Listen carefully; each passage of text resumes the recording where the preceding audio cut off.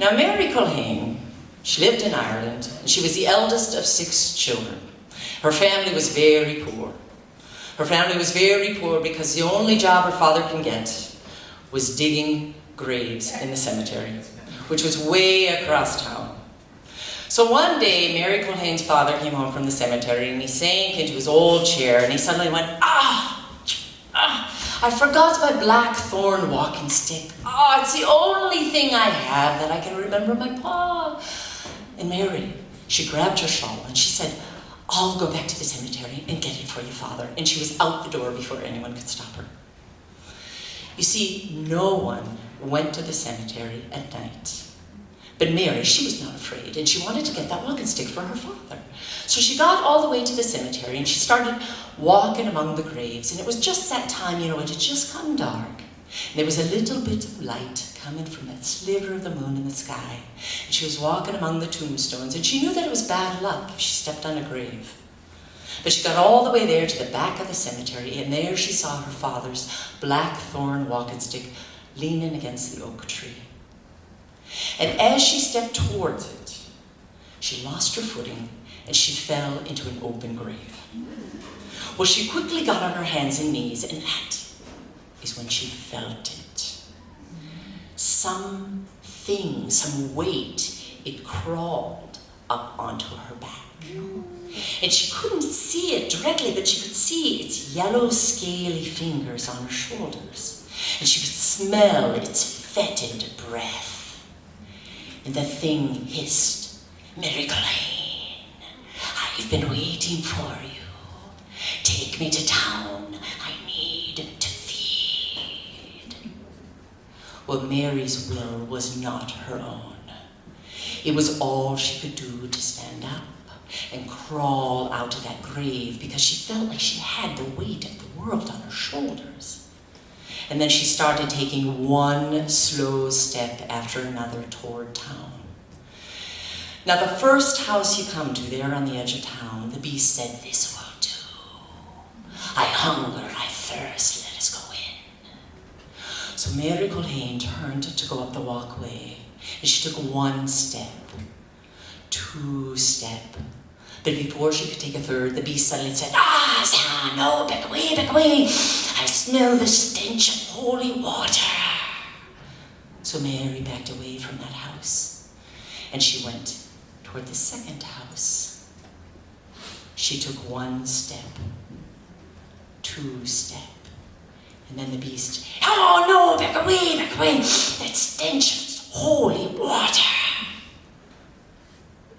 Now the third house, Mary knew the third house. It was the O'Brien house. They were very poor, and they had 3 sons that were very close to Mary's age. And so as she turned to walk up the walkway toward the O'Briens, she took 1 step, 2 step, 3 step, 4. The beast never said anything. And so she walked directly into that house, and the beast made her go into the kitchen and go through all the cupboards. But the O'Briens were very poor. All they had was oatmeal. And in the bottom of a bucket, there was a little bit of dirty water. And the beast hissed, I will teach them to have nothing for me. Mary O'Brien, let us go upstairs. So Mary started to walk up the stairs to the 2nd floor where the family was asleep, and in her mind she was screaming, no! But her will was not her own. And at the top of the stairs, there they were, the 3 O'Brien boys, sleeping right there. And the beast slipped off her back, pulled out a knife and a vial, and went to each of the boys. He took their finger, slit it, squeezed it once, and with that first drop of blood, the boy's breathing stopped. With the second drop of blood, their heart stopped beating. And with the third drop of blood, all life in their body was gone. And after it had done this with all 3 of the boys, the beast climbed back up on Mary's back and made her go down into the kitchen and made her make that oatmeal. And then they went to the table, and the beast slipped into a chair, and it divided the oatmeal into 2 bowls. And it poured the blood over both bowls, pushed a bowl towards Mary and said, "Eat." And Mary said, "No." And the beast said, "Eat. You will get used to it, just as I have." And so Mary took a spoonful of that bloody oatmeal, and she held it towards her lips. And that was all the beast needed to know that she was going to eat it. And it suddenly jumped on its own bowl and started to devour it.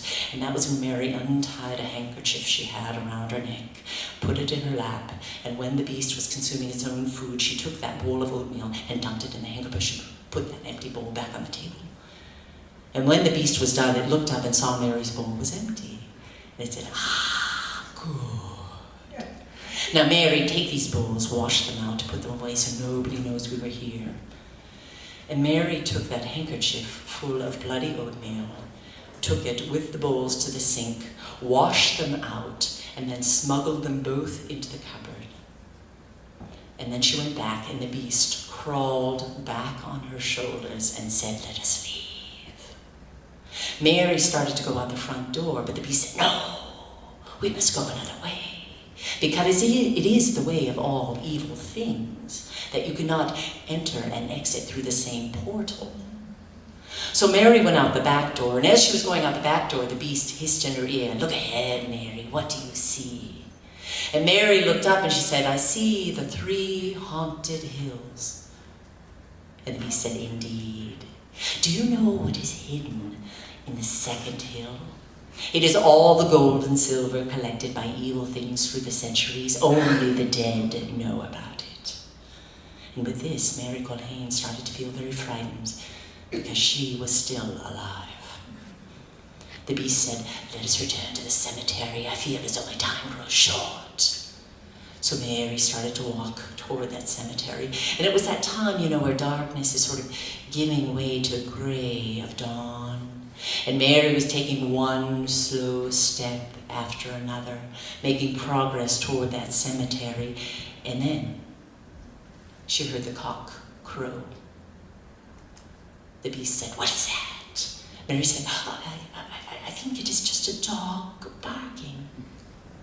And the beast said, "Indeed." And they continued walking toward the cemetery. By now, the gray was getting a little brighter. And then the cock crowed again, and the beast said, "What is that?" And Mary said, "Oh, I just heard a sheep bleating." Well, by now they were at the gate of the cemetery, and Mary began to slowly walk among the graves. And she was almost back by the open grave where the beast said, "Mary, hurry, I feel myself growing weak." And Mary was just there at the open grave when the cock crowed the 3rd time. And with that, there was a shaft of sunlight, that first light of dawn that suddenly came into the cemetery. And the beast's grip weakened on her shoulder, and it said, "Oh, Mary Culhane, I never would have told you the gold if I knew you were to live." And it fell off her shoulders into the grave. And suddenly Mary's will was her own, and she whirled around, and what she saw there in the grave were the bleached bones of a hideous creature. She grabbed her father's blackthorn walking stick and ran home as fast as she could, and when she got home, she fell into her bed fast asleep. Well, her mother came by some hours later, and she said, Mary, wake up, something terrible has happened to the O'Brien boys." But she looked at Mary. Mary opened her eyes. Mary's eyes, she had dark circles under her eyes. Her hair was dirty, it was matted. She had speckles of blood on her apron. The mother said, "Oh, Mary, you rest. And the mother backed out of the room. Well, Mary fell into another sleep, but this time she was tortured by dreams of a beast that had crawled on her shoulders, dreams of a beast that had taken the blood of the O'Brien brothers, and all of a sudden she sat up and she said, "That was not a dream."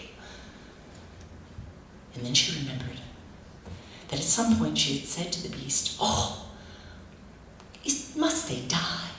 Is there some way they might live?"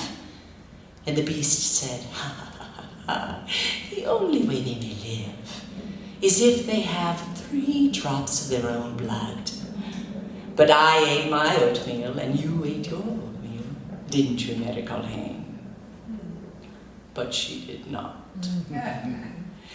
Mary got up, she washed her face, she changed her dress, she went to the O'Brien house. Now the whole village had gathered around, and the mother, oh, she was inconsolable. But Mary went to Mr. O'Brien and said, please let me in to see the boys. And Mr. O'Brien said, oh no, Mary, there's something up there that a woman should not see. And Mary said, I think I can help them live. And he said, oh, Mary, if only you could do something like that, I would give you anything. She said, no, just get everyone out of the house. So Mr. O'Brien got everyone out of the house, and Mary went into the kitchen. And sure enough, there in the cupboard, there was her neckerchief full of the bloody oatmeal.